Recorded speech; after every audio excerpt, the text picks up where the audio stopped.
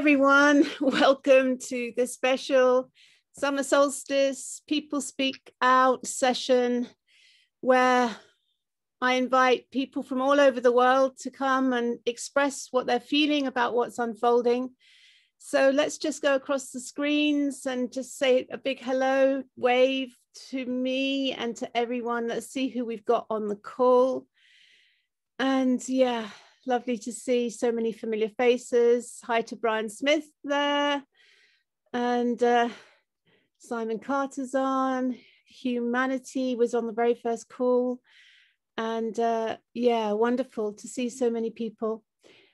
Michael Mankinder is calling in there from LA. So that's sweet. And we've got 64 participants on at the moment. So we've got a full I Ching hexagram set. Lovely jubbly. So I am going to do a special invocation. There's a couple of things I just want to talk about that feel important to mention up front. I don't know if you've heard about this, but I posted it on Rachel Speaks Out. It was a Hugo Talks video about the emergency alerts that are being planned for the 22nd of June. So tomorrow, and I think it's between 1 p.m. and 2 p.m. or 1 p.m. and 3 p.m.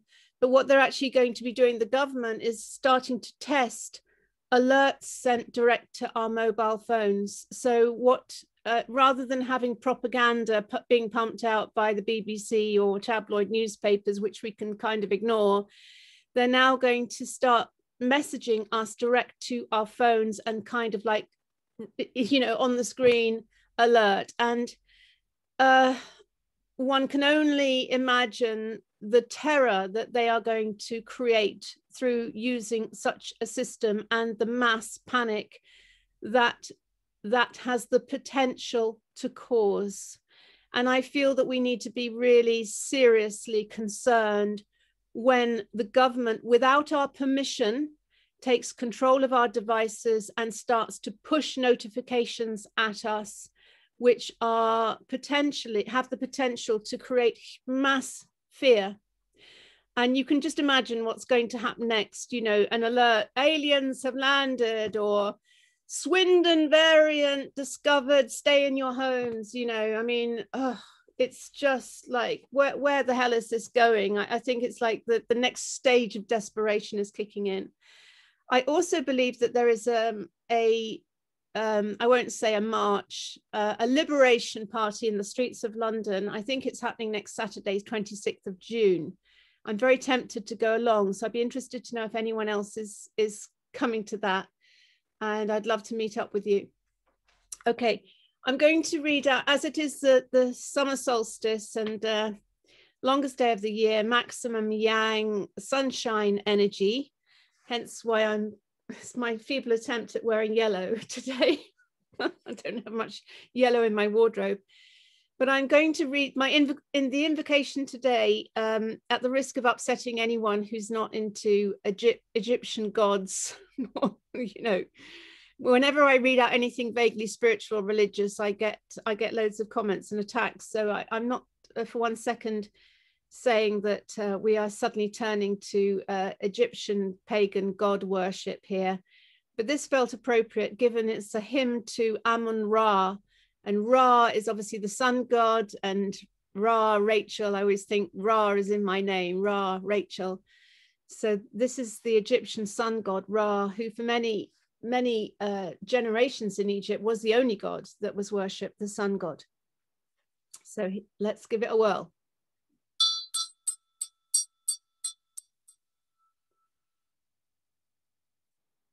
Hail to thee, Amun-Ra, Lord of the thrones of the earth, the oldest existence, ancient of heaven, support of all things, chief of the gods, Lord of truth, father of the gods, maker of men and beasts and herbs, maker of all things above and below, deliverer of the sufferer and oppressed, relieving the poor, Lord of wisdom, Lord of mercy, most loving, opener of every eye, source of joy, in whose goodness the gods rejoice, thou whose name is hidden, Thou art the one, maker of all that is, the one, the only one, maker of gods and men, giving food to all.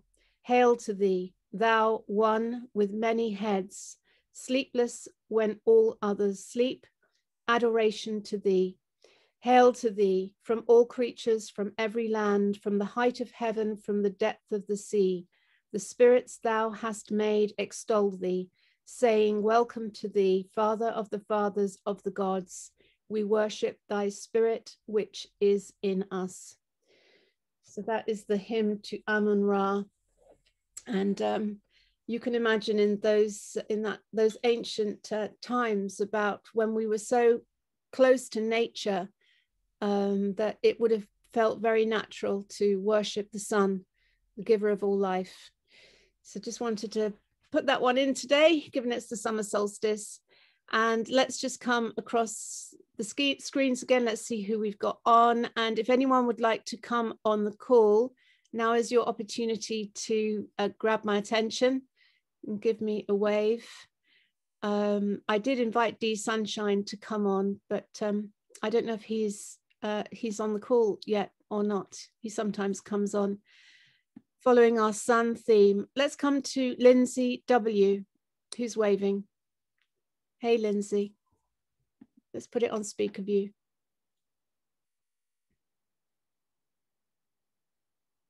Lindsay, can you hear me? Hello, hi. Hi. Hi, everybody. Hi, Rachel. Hello. Thank you.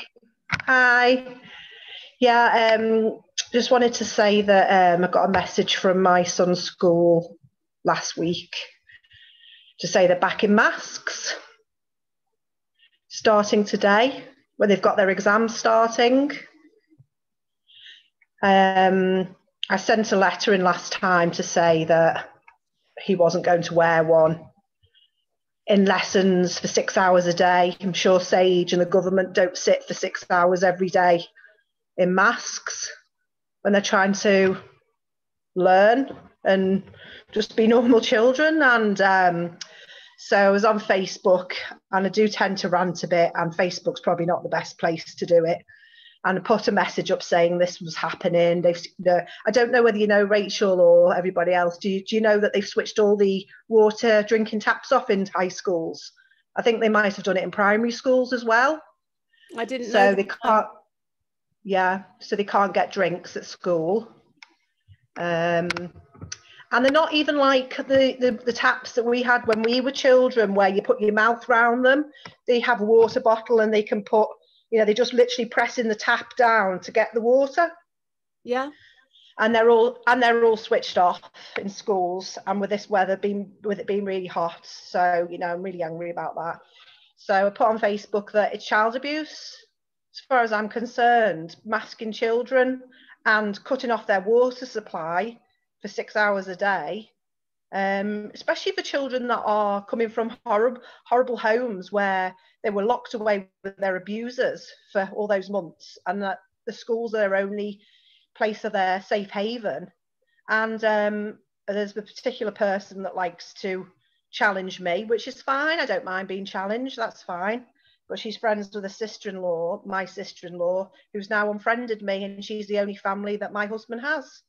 And I just think it really has separated us as a population. So many people, everybody I know has had the vaccine. Me and my husband are the only people, the vaccine. Me and my husband are the only ones that I know. Or about 3 friends who haven't had it. But everyone's on the bandwagon, and they think, and I think people are again angry now because they're realising this is not our way out. They've been told this is our way out, our freedom. Have the vaccine, and you'll be free. And now we had the announcement last week to say, oh no, we've got another month now to wait, and then after that it'll be another month, and then we'll be in lockdown over the winter, and it's just never ending. I feel like I'm at the end of my tether a little bit, really, with it. Yeah, I can hear that in your voice, Lindsay. And this is the plan. This is the plan. It is a form of psychological torture. And those fundamental building blocks of life, feng shui, air and water. So basically by depriving people of qi, both through oxygen, breathing oxygen and life force energy, and also by restricting people's water, like, and that ties into do not nil by mouth orders, do not resuscitate, nil by mouth orders, literally just stopping people's water so that they die in, you know, in hospitals, old people, you know. So, you know, this is evil. We are dealing with evil. Let's be really clear that this is evil. It's an evil satanic agenda. I have no doubt about that whatsoever. So the real challenge for us, and on this day of the summer solstice, this real challenge is for us to shine the light and not allow ourselves to be sucked into the fight, the flight, the anger, the blame, the judgment, and to somehow hold our center and be really strong and be that strong voice of that strong no, which I know is what you're doing, but to, you know, in all these situations, to not fall into where they want us to fall, which is despair, either fight or despair, you know. So, and I'm just the person that's, you know, I'm the weirdo. I'm the person to say that masks are not child abuse. I'm speaking shite. Apparently, I'm, you know. Well, the thing is, Lindsay, I mean, yeah, we get it. The brainwashing has been so thorough, and so anyone who, I mean, I was. I don't tune into mainstream media, but I just went into the shop and I was just queuing to pay for some milk. This is the little corner shop. And of course they had radio too, and the news. And it was just like, it's just intense, story after story. And if you walk past a newsstand, all of the headlines of the latest coronavirus, I mean, it is blanket wall to wall propaganda, brainwashing. So it's hardly surprising. I just really feel we have to have compassion for people who are absorbing this, because it's incredibly difficult if you are absorbing that constant brainwashing, and it is a program.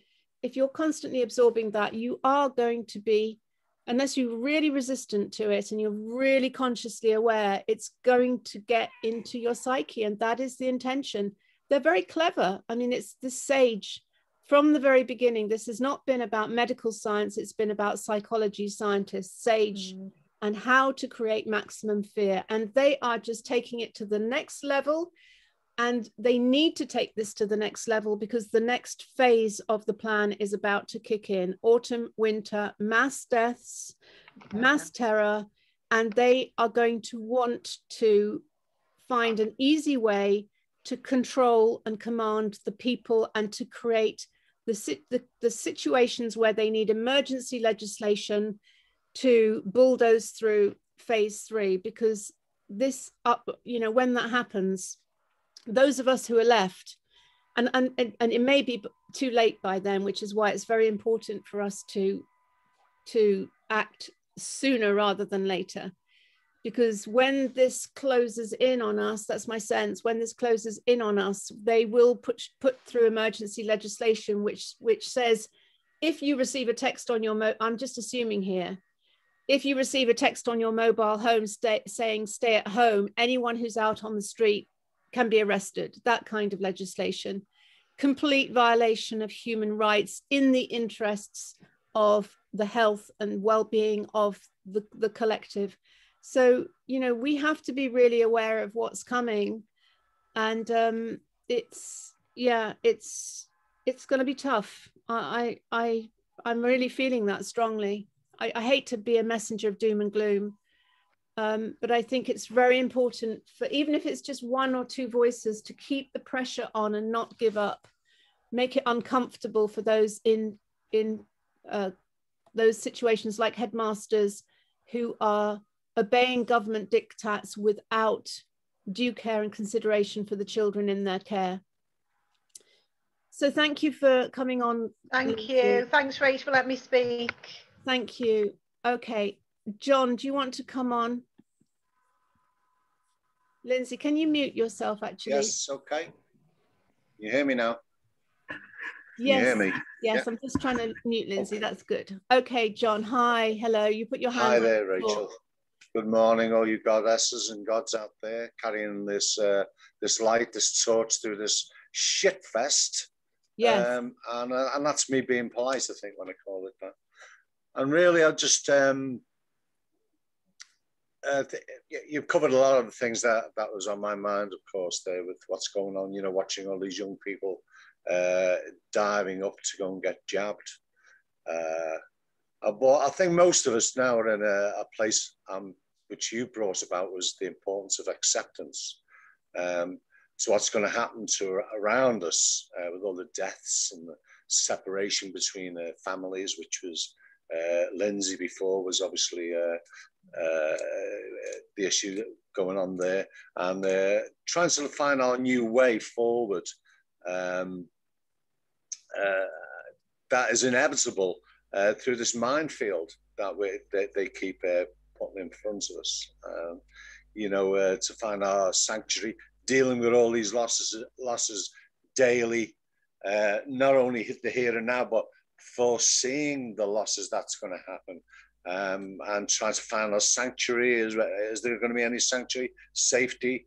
You know, our communications are getting closed down, of course. You know, frightened to put anything on Facebook because it's Big Brother's way of, you know, being able to isolate you and all like that. You know, but funnily enough, what was on my mind today was that there is, my son is involved in banking and he has an understanding, shall we say, of what's going on. And that's important because that is the key to their control, is we do we have a way of buying our food, of buying this by not being able to gain our food, our water, whatever our needs are.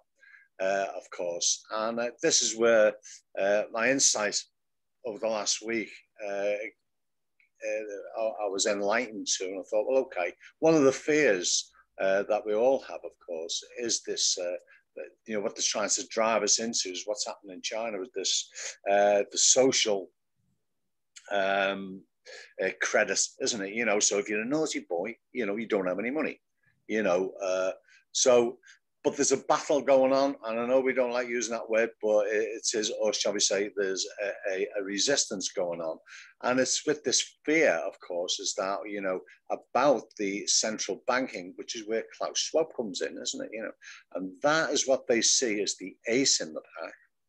But what I'm calling it what I'm trying to say is some salt ace in this solstice day, because there's a big battle going on for cryptocurrency, and all these different names and branding like Bitcoin and all like that, they are all, shall we say, trying to take that power away. That's the idea of it, from central banking, which is the people who are trying to kill us, cull us.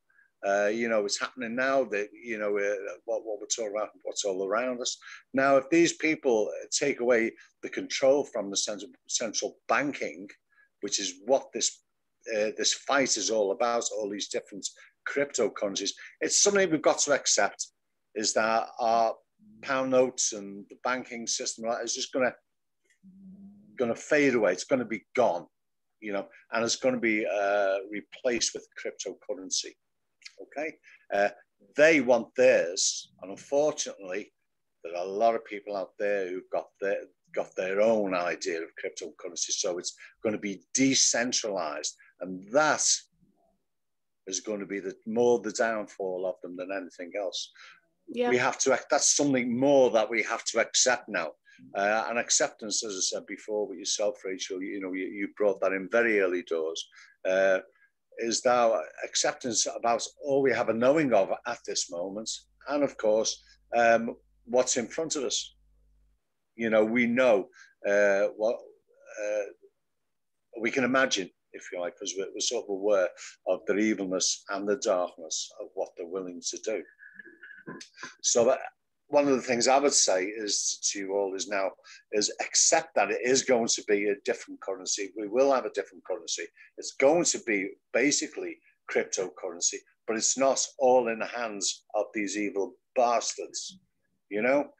So there is another route, another saving grace going on, another bit of solace, if you like, in this evilness. And what it does do as well, it paves the way for local currency, which is already on the ground in a lot of cities anyway.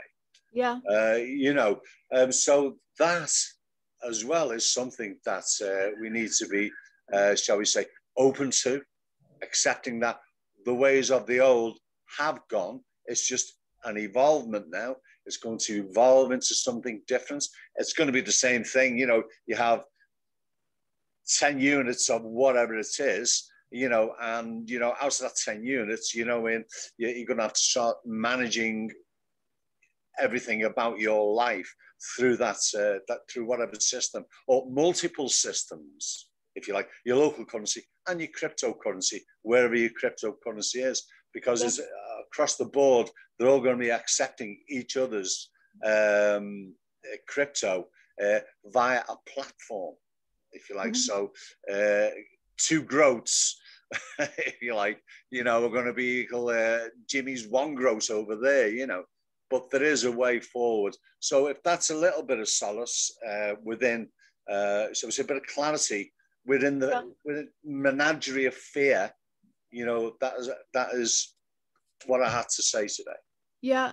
Thanks for coming on and sharing that, John. So yeah, we need to get resourceful, I think, is basically what you're saying. We need to be strong, come together, be resourceful, and be prepared. And it's going to get quite dark before it gets light. Yeah, and accept the fact that money ways are going to change, you know, and you know, we can try and battle it, but it's inevitable that it's going to happen. And maybe it's a positive thing rather than being a total negative, you know. Yeah. Okay. Cool, John. Thanks for coming on again. I'm going to come next to Nina Gibbs, who's got her hand up. And I'm going to come along the people who've got their hand up. So, hi, Nina. I think this is your first time on, is it? Yeah. Hi. On a Zoom call. I've never done a Zoom call before.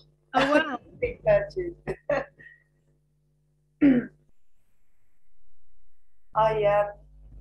I'm in end-stage renal failure, and I've been in care for all my life since I was 17. I'm now 50, and I've had the same renal team. And 3 weeks ago, they told me that unless I have a jab, I can't have a transplant. And sorry, unless you have the jab, so I can't quite hear you. You're not, your voice, your audio is not very loud, Nina. You need to speak up. Yeah, so unless I have the jab, I can't have a transplant. And this has been quite shocking to me. Because I've had the same team, the same doctors, and they're just not like the same people that I've known all my life. I mean, one consultant, my renal consultant, nephrologist, I've been with her 30 years. And to sit there with her, she's so brainwashed and so zombified that it's like just a strange person in front of me now. I've had a few weeks to mull it over, and now I've kind of got a clear direction of where I'm going to go and how I'm going to get support in dealing with it. Because obviously I need a transplant. What sort of transplant do you need? Sorry, I missed it, Nina. Because kidney. Oh, kidney transplant. Okay, right. In end-stage renal failure, I've got 2 kidney diseases. I've had lots of ill health. Wow.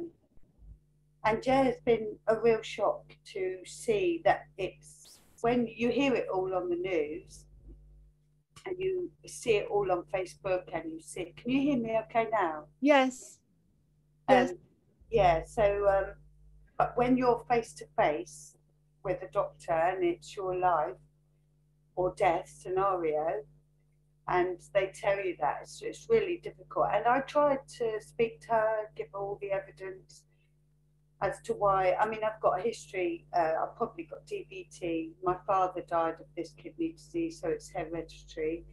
And I told her all this, that why I couldn't have this injection because of the side effects, blah, blah, blah.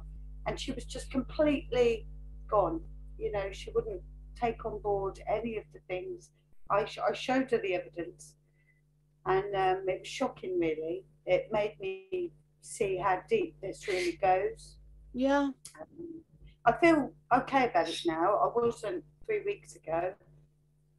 I was quite mortified, but now I'm on a mission. I mean, I've got through a lot. I've had 2 kidney cancers. I've had a lot of surgery in my life. Yeah, I've been quite ill, but I'm quite positive and I'm quite, you know. So, yeah, it's just, that's what I'm on today, really, because there was, and I pulled back about 20 years from society. 20 years ago, I kind of woke up when my first son died.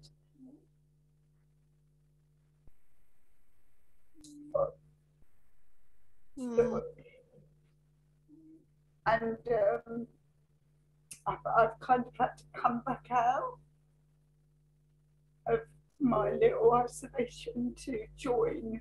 I've been going to protests and, you know, trying to wake my friends up. But it's really scary. Oh, sorry, I didn't want to do this. Oh, Nina, I really feel for you. What a horrible, horrible situation to be put in to blackmail you that you can't get basic medical treatment unless you submit to this evil toxic injection. It's just outrageous. It's absolutely outrageous. I mean, it is evil. This is what is going on is so evil. Yeah, this is tough. I know I've got upset, but it's just because I'm saying it publicly. But I won't have it. I mean, I've never worn a mask. I've been around thousands of people. I've not locked down, and I mean, I'm really what they call vulnerable. Yes. And so therefore, you know, I've been quite safe. I've not been ill. I won't have it. I will fight. Yeah. I would take this all the way. I'd escalate it to your MP. I'd escalate it to the whoever. I mean, I don't know the national health system, what the hierarchy is, but I would take it to every level that you possibly can. But for other people as well that are sat at home, who are not as strong as me, who are not, you know, I mean, I'll defy the system all the way. Yeah, I know it's outrageous.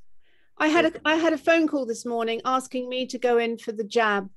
And I've been online. I've told them I don't want it. I've told my doctor I don't want it. I've said no at every stage. And now I'm getting phone calls saying we need to talk to you because you haven't had the vaccination and help you to make your appointment. Yeah, I mean, it's relentless. It is. It's absolutely relentless. And you know, this mad, desperate rush to get everyone vaccinated as quickly as possible, I can only think it's because they need to have, when these deaths kick in, they need to have as many people rounded up as possible. Yeah.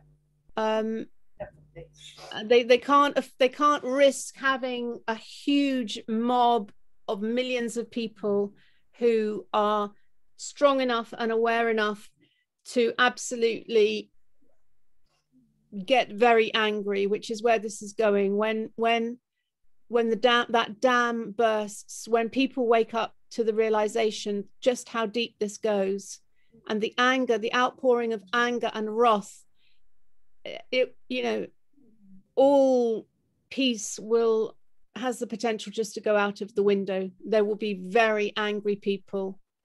It's I mean, before all the COVID hit, back in October 2019, I had a really high potassium level, and it made, I had a heart arrhythmia. It was almost stroke symptoms. So they put me on the stroke ward in hospital.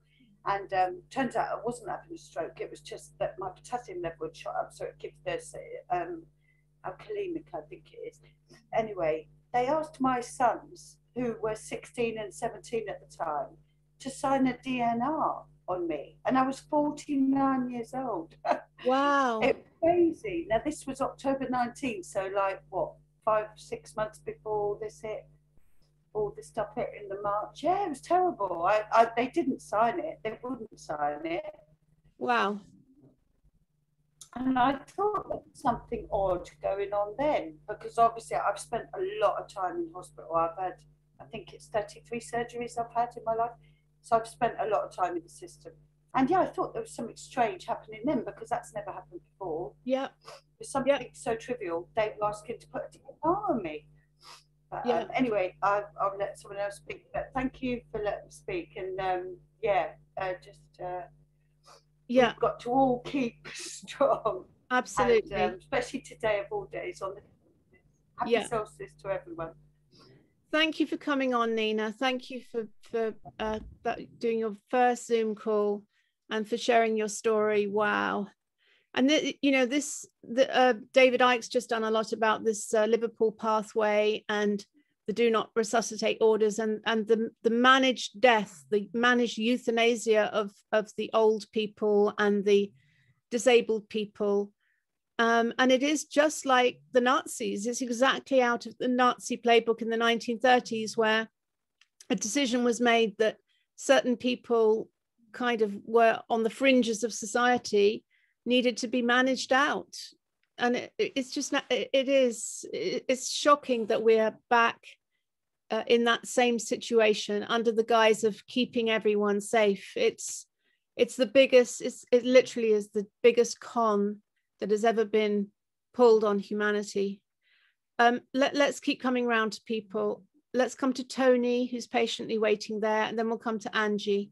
I'm going to go man, woman, man, woman. Hi, Tony. Yeah, good afternoon, everybody. Hi. Just like to say how strong Nina is. Well done, Nina. I've got to say that this is my first time on here. I'm not an IT person, I'm a practical guy. But just recently I've been trying to challenge everything that's going on. And I was enlightened by your podcast with James Delingpole yesterday. And I just feel that I need to get some info so that I can start up a community group. I don't know how to do it. I'm not very good with IT whatsoever. I could, I suppose, make some posters up and or leaflets up and put them through doors and stuff like that. But there must be an easier way. What do you suggest I do?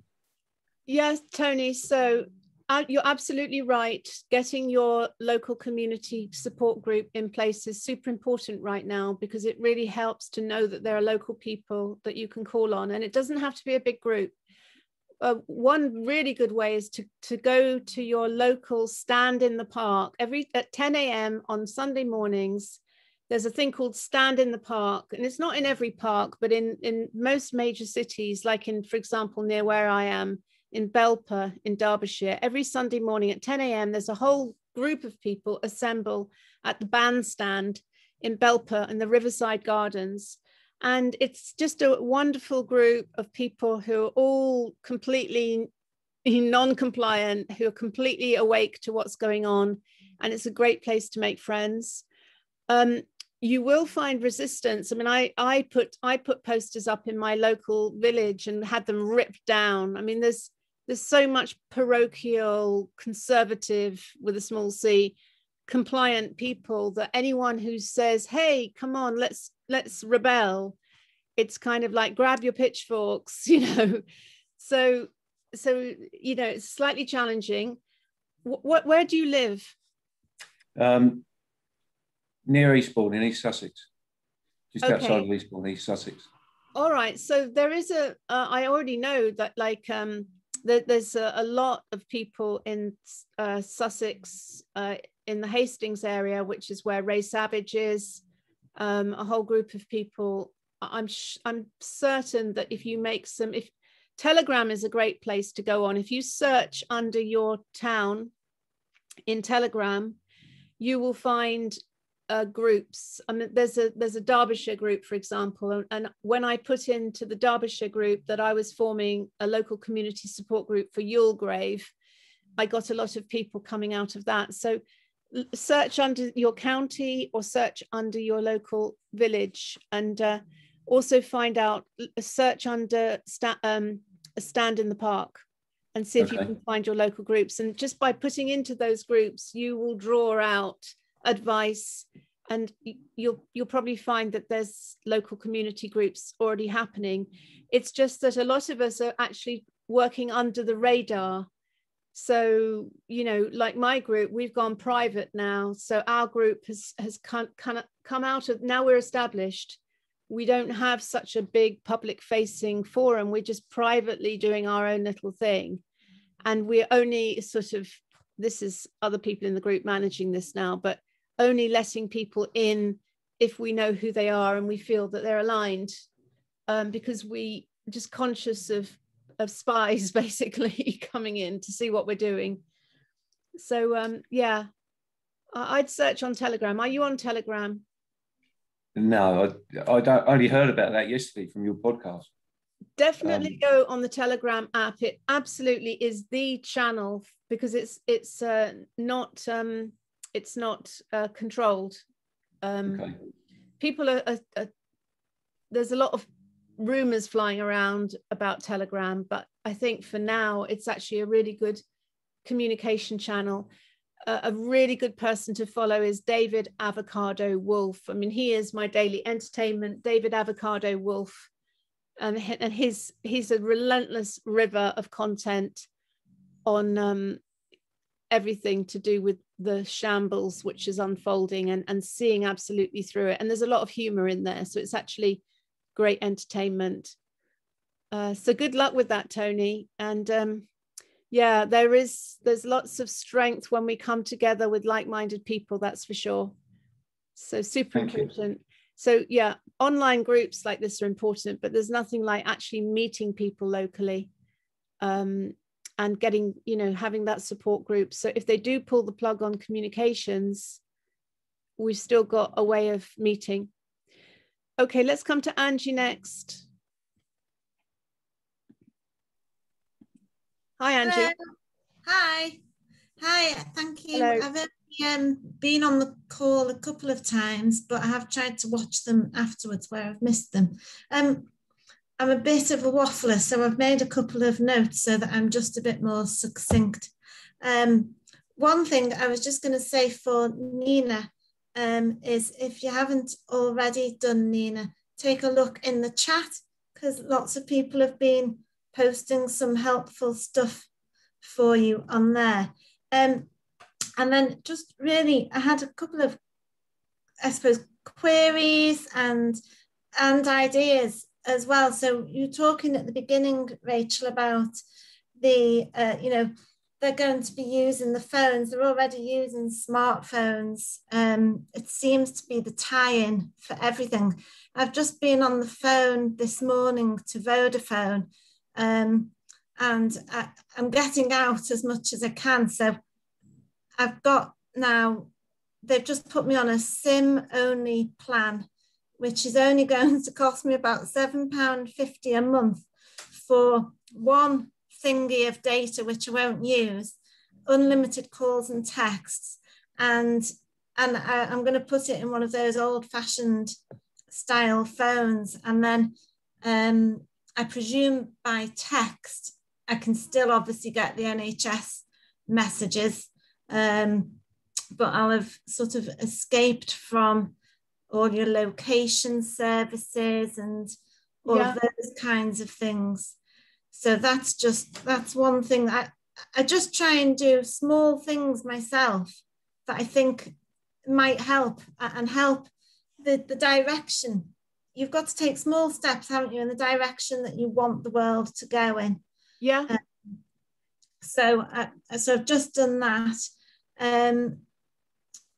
Your invocation just made me think a little bit about, you talked about the sun, and I just wondered if anybody knew anything about this, might mention it in the chat. Does anybody know anything about sun gazing? Because I'm starting to believe that every single thing we've ever learned is completely untrue on every level. And I was always told when I was young, never to look directly at the sun. Thank you, Terry, because it's bad for your eyes. And I'm starting to think, I bet that's the absolute opposite of what is true. I bet if you develop the sun gazing ability, you know, your eyes are the windows to your soul and you're letting more light in.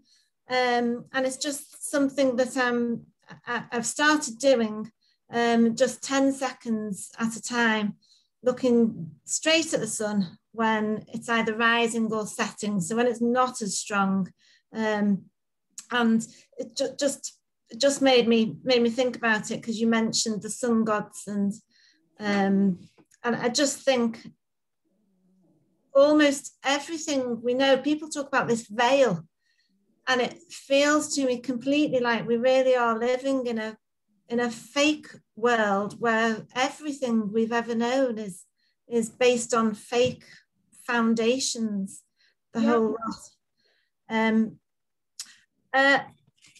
I've got these leaflets which I wanted to share because I think they're really, really good quality information. This is about avoiding giving the vaccines to children. I'm going to send these. I've ordered 100. I can't remember, unfortunately, the website that I got them off, but it's one of the groups that I must have come across on Telegram.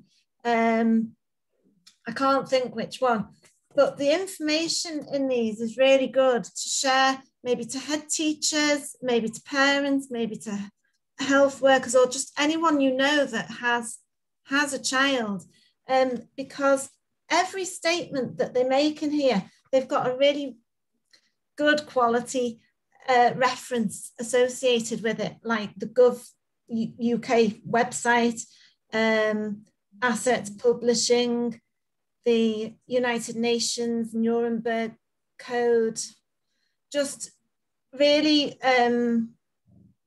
good, the Office of National Statistics. So the kinds of resources and sources that the naysayers do trust, and the information of, you know, how dangerous the vaccines could be for children is in there with these good sources.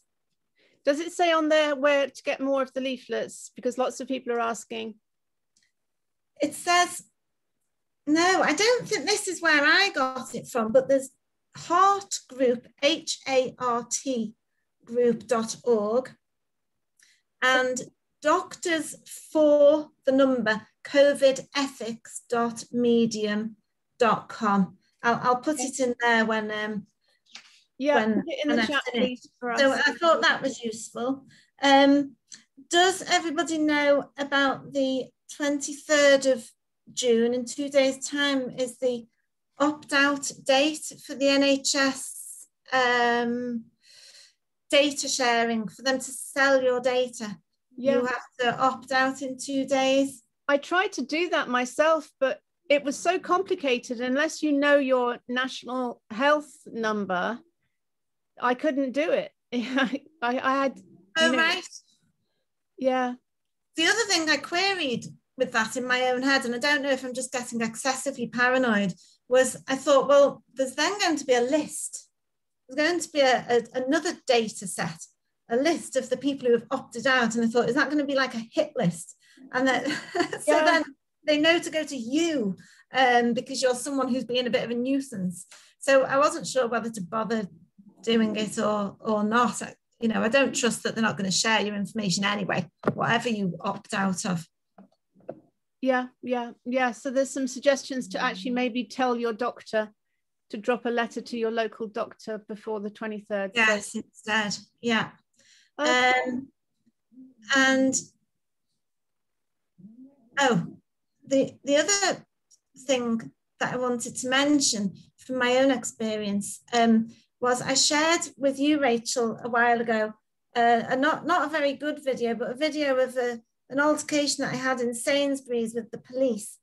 And just really to reassure everybody, if anybody is nervous or unsure of what the law really is, because I wasn't until I was thrown into the situation where for the first time I was harassed by police for trying to go into Sainsbury's without a mask on.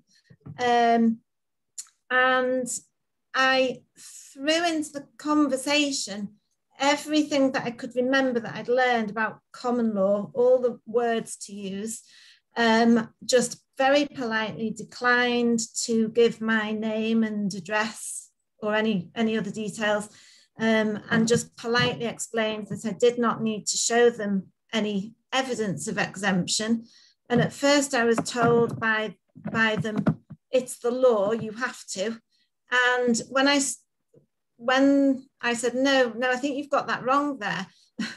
And they started to continue to harass me. I started videoing them. And eventually, after 15 minutes, I read out the exemption information off the government website, not loudly, but so that anybody else could hear if they were in hearing reach. And eventually the police just turned around and said, you're an absolute disgrace, and I'm going to tell the shop not to serve you. And I responded then, I kept saying over and over, I'm just here to buy broccoli. And I responded, you can't stop me buying food to feed my family. And of course the shop did nothing, and I was able to get my broccoli. And my point is that until that situation in which I was sweating and nervous, and so I don't like authority figures and I don't like confrontation, but the common law really is a true thing, because I'm the evidence of that now, having tried to stand up for what I thought were my rights, and they obviously were, because they couldn't do anything. And I just said, so I'm going to now politely turn my back on you and walk away now. I've nothing more to say to you. And I was kind of thinking with my trolley, just to pick up the broccoli, that, oh my God, what if they come behind me and grab me and put handcuffs on? And of course that didn't happen. Yeah. So when you know your rights, you can stand up for yourself confidently. Yeah. I wasn't confident that time, but I would be in the future. Yeah, well done, Angie. Well done for standing up, standing your ground. Just to stay with that, this guy called Edward Lowe, who I had shared that video on Facebook in a group, and this guy said, I can help you with that.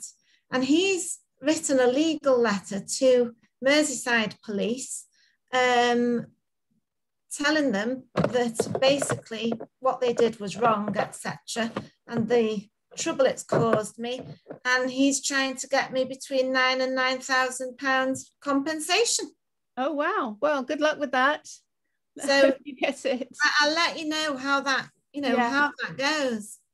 Cool. Okay, Angie. Thanks for coming on. Thank you. I'll keep going around the group because I'm just conscious of time, and we're coming up to 1 o'clock. So thank you for coming on, and well done for standing your ground there. Let's come to Alex Miles. I'm just coming up to people who've got their hand up here. Hello. Hi, Alex. I want to say thank you very much, because this week has been absolutely horrendous. So as probably most of you guys know, they've mandated vaccines for care workers, and I'm a care worker. Oh dear. And there's a number of us in the same sort of boat. And the other day we were told what is actually included in the exempts. Now, I have a heart issue, and I've had it since I found out about it when I was very young. I was 15. And it's never proven a problem at all, but I know the cardiovascular problems with the vaccines itself. And the exemptions are only if you're pregnant, breastfeeding, or trying for a baby. It's saying in the media that physical concerns will be accepted, but they're actually not. We've actually been told very direct. And so if you consider the heart issues, I dread to think what could happen. And I'm just being told by so many people that, don't you care? And you need to think about the other side. And I'm just thinking, I've got 3 kids to look after. I don't want them to be fatherless. I don't want it. This whole thing is just so evil now.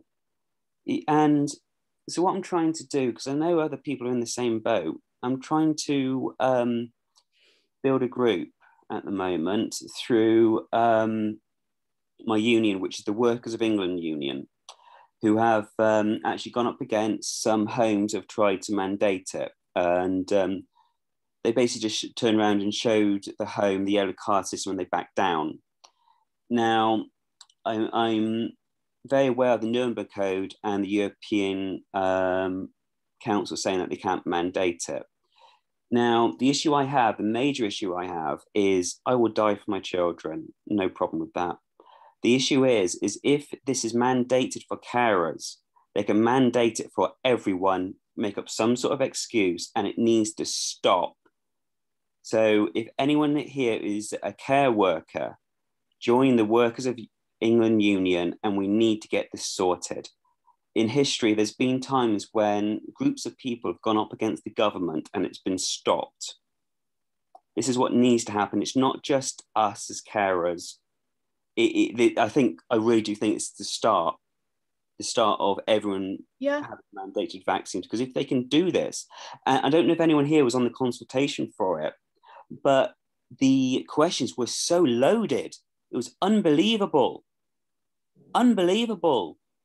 So put it in perspective, it's like in the media being told that the Pfizer vaccine, because I'm under 40, I'll have the one I would end up getting, the Pfizer vaccine, which is the one I don't want under any circumstance. I don't want any of them. And if you look at the Lancet, they've recently done a journal, a research journal, the efficacy of the best one of these vaccines using, I don't know if anyone here knows about statistics and research and quantitative research, to get that 95% efficiency, they use the relative risk reduction.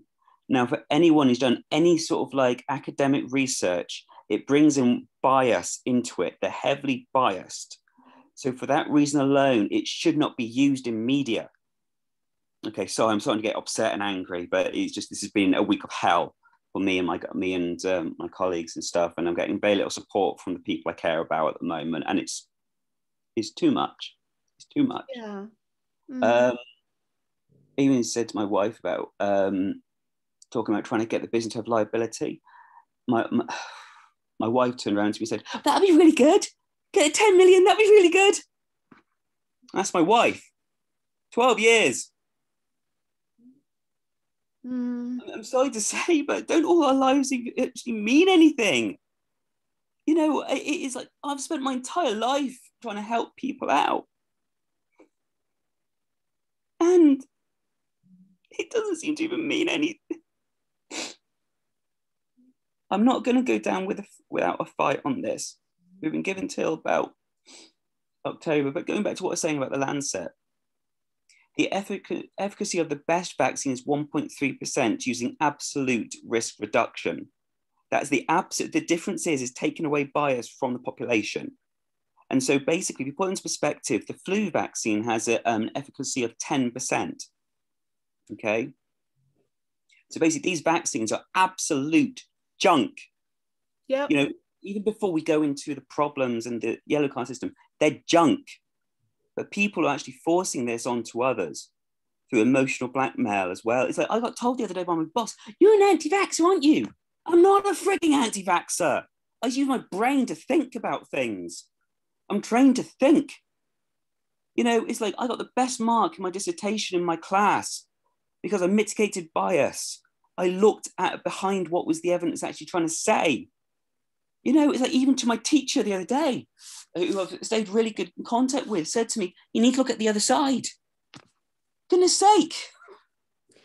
You know, it's like, I don't know what's happened to people, but it's like invasion of the body snatchers. Yeah, it's complete mind brainwashing.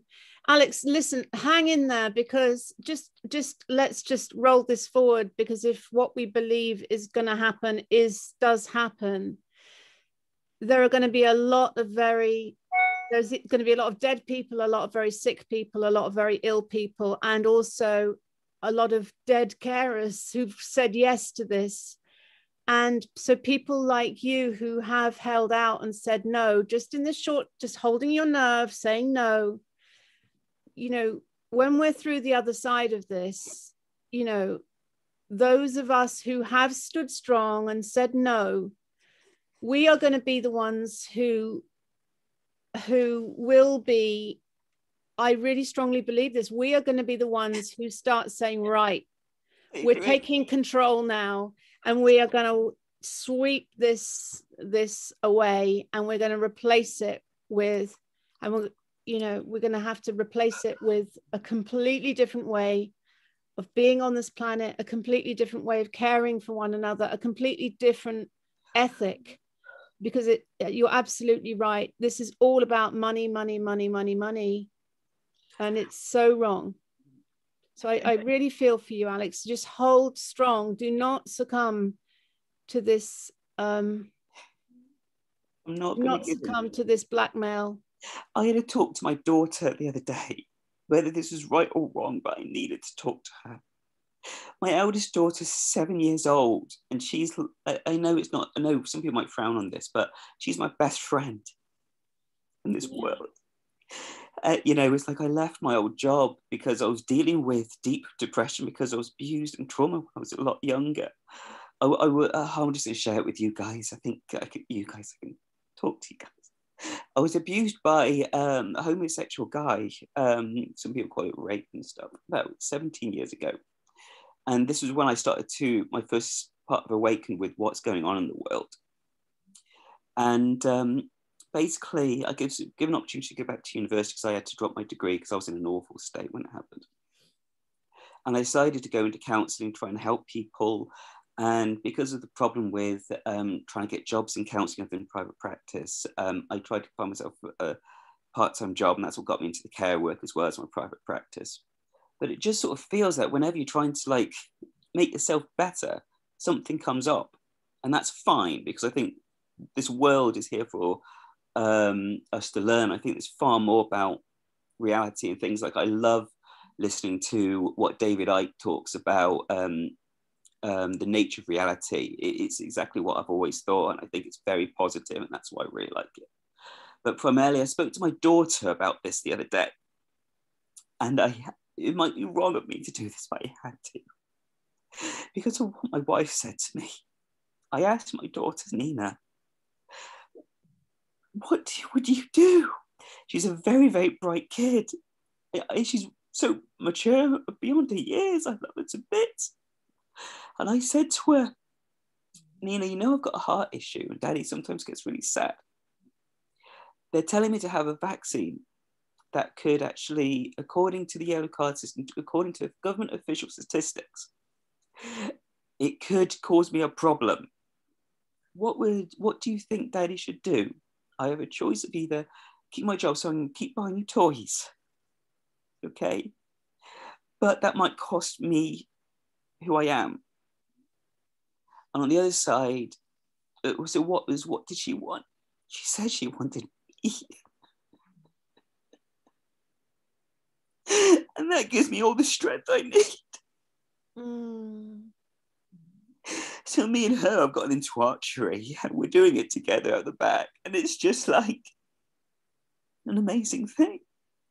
But what I'm going to say to everyone here, if anyone knows any carers, or is a carer, or member of the NHS, or anyone you know who's actually had the vaccine but believes in human rights, Nuremberg Code, because I know there's a lot of carers out there who's had the vaccination. I've got a number of friends who have, but think the same way as what we do, okay? They took it when they were originally offered, before things came to light. And if any of them does, okay, think the same way as what we do, get in contact with me. I'll put my email address in the chat, okay? Asking to join the Workers of England Union who have experience with mandatory vaccines. And I want to build a movement, okay? Now, according to the statistics, 10 to 20% of all carers have not been vaccinated, which is up to something like 1.5 million people in the country. If we can get a fraction of that, just to get a court sent to the Supreme Court, and if we have enough backing, I just want to just either make this public or actually make a stand, because this needs to end. Because if this get, what we need to sort of do is, if they can vaccinate, but people who actually look after others and risk, it's like, don't we deserve respect? But also at the same time, is if they can mandate it to us, they can make an excuse for everybody. Yeah. This is about our children. It's like, I've got 3 kids and I would live and die for them. And if anyone broke into this home trying to stick one of those things in me, it's like, in my past, there's been times when people have threatened people who I love. And we do have, so I'm a very big believer in Carl Jung's sort of shadow versus the persona. Use that shadow sometimes. Come to bring it together, and it can bring you all the strength that you need to get through anything. Yeah. It might be, we might sort of see it as what we don't want people to see, but there is a time where it's warranted to defend our family. This is what this is. This is about the future. It's not about us right now. What sort of future do we want for our kids? I mean, I think this is our World War III. So it's like my grandparents fought for our freedom. This is our turn. Yeah. What are we going to do with it? Oh, Alex, thank you so much for sharing that. And thank you for your vulnerability. Please do put your email contact. People are asking for it in the chat so that people can get in touch and join forces with you. But we have to stay strong and say no in the face of this. I'm going to keep going, folks, because there's a lot of intensity on this call and I want to just get a few more people in. So thank you for coming on, Alex. Stay strong. Thank you. And thank you for making that stand and being a stand for our children and our future children, future generations. Okay, lots of love. Bye-bye. Okay, so let's come, I'm just going to keep going on a little bit longer. Let's come to Karen Leach.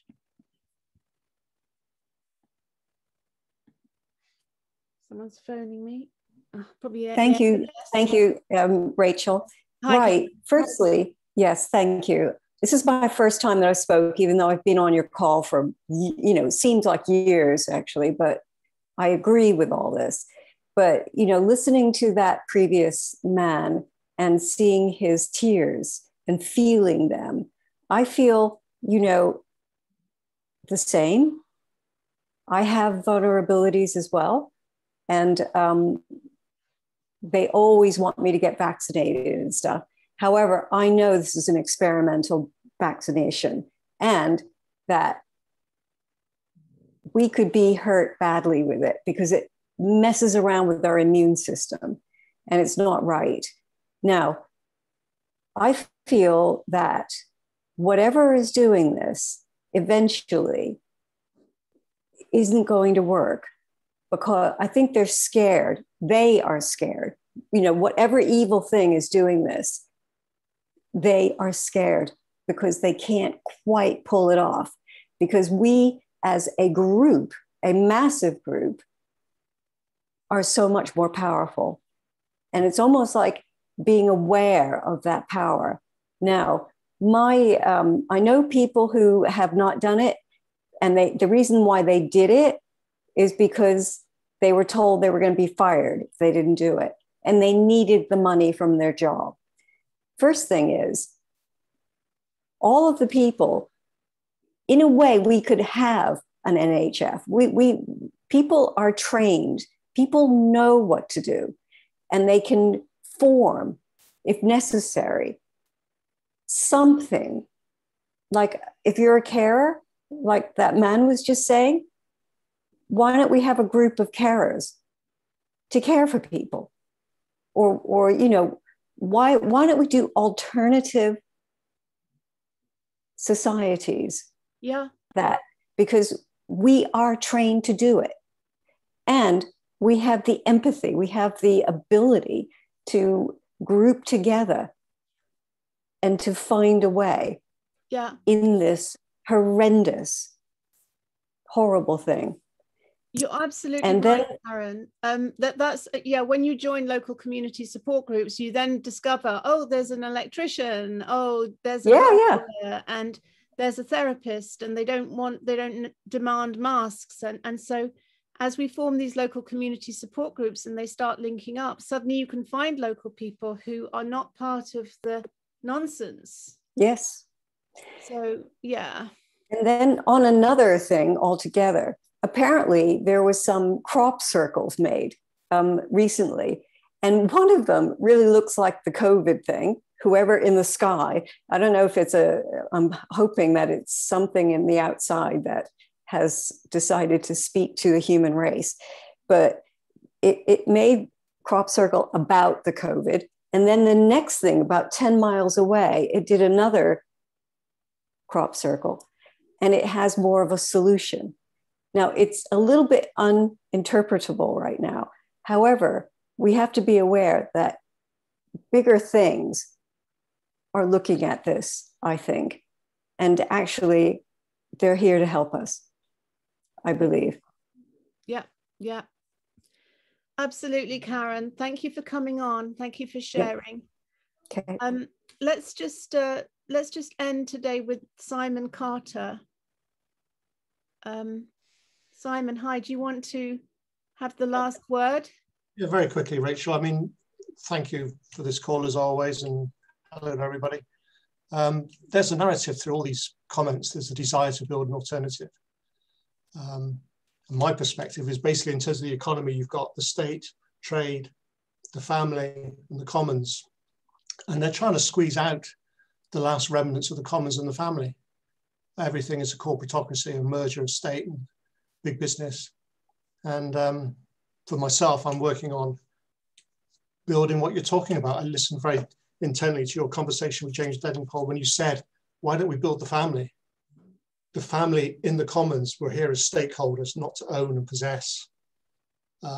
So I'd just like to reiterate everything everybody's saying, Alex, Karen.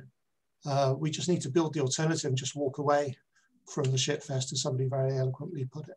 Yeah, absolutely, Simon. Thank you for that. And you're absolutely right.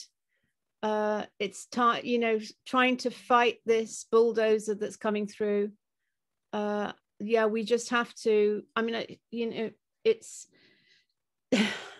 is very refreshing just to have local people who just don't buy into any of it and just doing your own thing, making your own rules, I don't even know what the guidelines are anymore. It's, Karen has got sitting with her hand up. Are you wanting to come on, Karen, before we end, just to squeeze one last person on? Thank you, Rachel. I will be really quick, but I think it's important. Thank you ever so much to Alex. My heart goes out to you, and we are so thinking about you. You just have to be strong. I know of a teacher who is sticking out not to have this vaccine, and they're making her life hell. And we really have to applaud these people.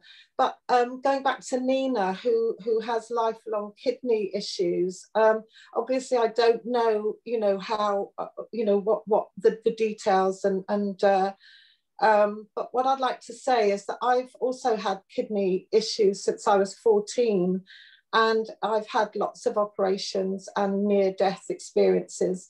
But what I want to say is that for the last 18 months, I have not had any NHS interference to my body.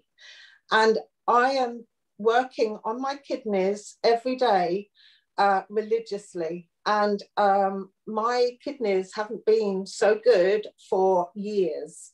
Clive de Carl, I do get not medication, but extra magnesium. I'm sure Nina knows about her body, but just, you don't need NHS. Honestly, that anything written in a book, I think, is outdated. They're totally outdated. It's all backed by Big Pharma, of course. They're pimps for Big Pharma. And I just want to say, Nina, please look outside the box, because I'm definitely feeling a lot better. My body is working a lot better now that I'm away from NHS, and I'm using, you know, it's self-care. It's self-care at the end of the day, looking after yourself and listening to your body, and obviously all the things with meditation and centering. But I just wanted to say that, Rachel, because people think that, you know, the NHS, you know, it's all we've ever known. Honestly, they're outdated. It's time they went. And yes, we do need to build our communities of our alternative medicine. And yeah, thank you, Rachel. Yeah, thank you. Thanks, Karen. Thanks for coming on. Thank you. So yes, a lovely message there. Let's build up our communities and let's build up our immunities and join forces, and let's just say no to this shit show. So with that thought, let's call it a day there. So waving goodbye to you. Thank you. And lots of love. Thank you all so much for coming on. Have a wonderful rest of the summer solstice. Coming across the screens here. Thanks for everyone. Thanks for coming on. Good to see so many people on the call. Hi to Angela there. Hi. And yeah, great to see you. Sending you all so much love. Thank you. And hope to possibly see you on Saturday afternoon at the march in London at the, or should I say, Liberation Street Party, where we celebrate our freedom, which is our God-given right. Lots of love. Have a great day. Lots of love. Thank you.